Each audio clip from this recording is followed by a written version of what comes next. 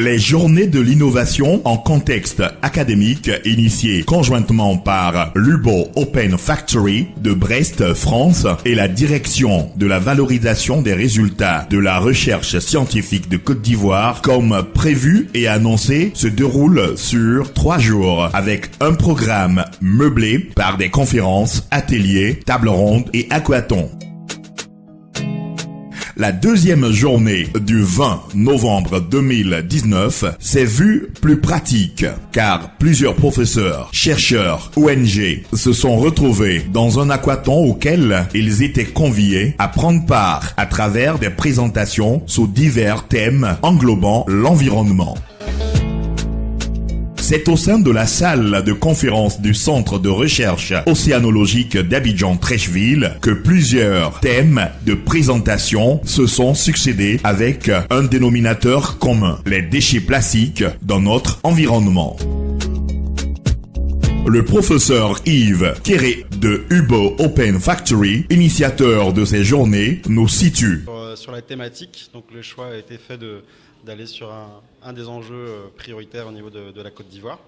Donc, l'intention première était de découvrir des méthodes de travail collaboratives en utilisant des outils de créativité qui permettaient d'être plus efficaces dans la création de projets innovants. Et donc on a choisi de faire cet exercice-là sur un enjeu du territoire, donc qui est la gestion des déchets plastiques. L'invitation qui a été faite au niveau du aquathon a été vraiment très bien perçue au niveau du territoire. Et du coup, on a remarqué qu'il y avait énormément d'experts, de personnes intéressées, d'étudiants, de doctorants à participer.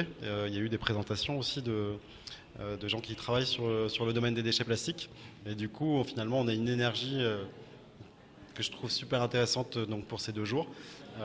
Et je pense qu'il y a toutes les conditions favorables pour qu'on ait des projets très intéressants qui en ressortent. J'ai pas regardé exactement donc, ce qui se passait sur le territoire. J'ai vu aussi peut-être quelques projets au niveau des pratiques de recyclage, d'économie circulaire. J'ai vu des choses intéressantes. J'ai vu des projets de Fab Lab émerger, comme le Yop Crealab qu'on a rencontré hier. Donc c'est vraiment très très chouette comme initiative. Après, j'ai pas de vue exhaustive sur ce qui se passe sur le territoire. Par contre, je remarque une volonté de pratiques collaboratives, une énergie assez intéressante qui est de bon augure pour la suite de ces projets d'innovation. Timothée David de SCE Aménagement et Environnement fait un diagnostic sur la gestion des déchets plastiques cas de la Côte d'Ivoire. Alors la prise de conscience aujourd'hui est émergente et effectivement notre étude se porte sur les macrodéchets parce que les macrodéchets sont des déchets qui se retrouvent aujourd'hui dans l'environnement en aval des bassins versants terrestres.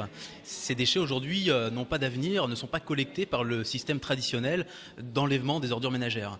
Donc on est en train de concevoir un dispositif de collecte, de récolte par une flottille de bateaux et d'engins amphibies de ces macrodéchets qui sont déposés et qui sont flottants au niveau des 8 baies lagunaires d'Abidjan, concevoir un dispositif de tri et surtout être dans l'innovation, proposer plus de recyclage. Aujourd'hui, il y a un déficit de matières premières pour les entreprises du recyclage, donc proposer sur 30% de notre gisement de macrodéchets du recyclage matière, de plastique notamment, avec l'émergence de nouvelles filières qui sont en train d'être construites. Le cas de Conceptos Plasticos par exemple pour les écoles. Et puis une solution innovante de production d'électricité à partir des déchets souillés, non recyclables en l'état.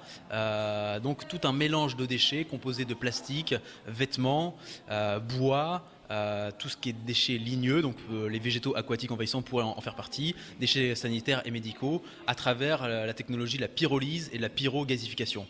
Donc le but c'est que Abidjan puisse être vitrine d'un projet complètement nouveau, complètement pilote pour l'Afrique, à travers la convention d'Abidjan qui porte sur du coup la protection du golfe de la Guinée.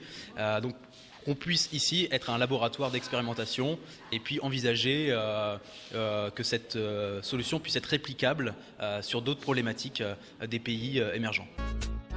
Monsieur Cheikh Traoré de l'ONG 350 Côte d'Ivoire nous situe sur l'enjeu du thème de sa présentation, axée sur la transformation des déchets plastiques en pavés.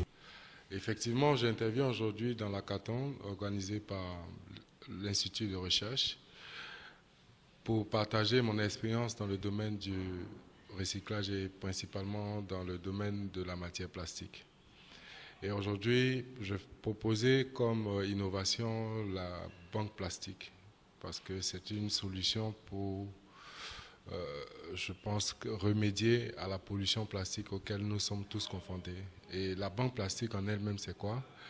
C'est une solution, une alternative pour éviter qu'on soit submergé par les déchets, principalement les déchets à emballage unique.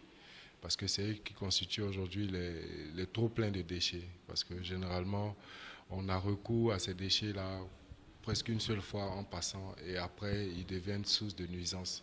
Et donc, nous, on vient avec l'innovation, la banque plastique, afin de ne pas avoir ces déchets-là dispersés dans la nature, il faut les contenir simplement dans une bouteille vide. Et quand cette bouteille est remplie, nous la récupérons afin de la revaloriser, la transformer en pavé. Et c'est un peu cette innovation dont nous sommes venus faire cas lors de cet hackathon et on espère vraiment que toute la population ivoirienne pourra vraiment s'adonner à cette activité-là, quitte à redorer un peu notre environnement et nous rendre responsables encore vis-à-vis de notre environnement. Au thème de cette journée consacrée à l'aquathon, à travers les thèmes de présentation, nous laisse croire et même affirmer que la promotion et la valorisation de l'innovation en Côte d'Ivoire demeure l'un des piliers de développement de la Côte d'Ivoire tant voulu par nos gouvernants.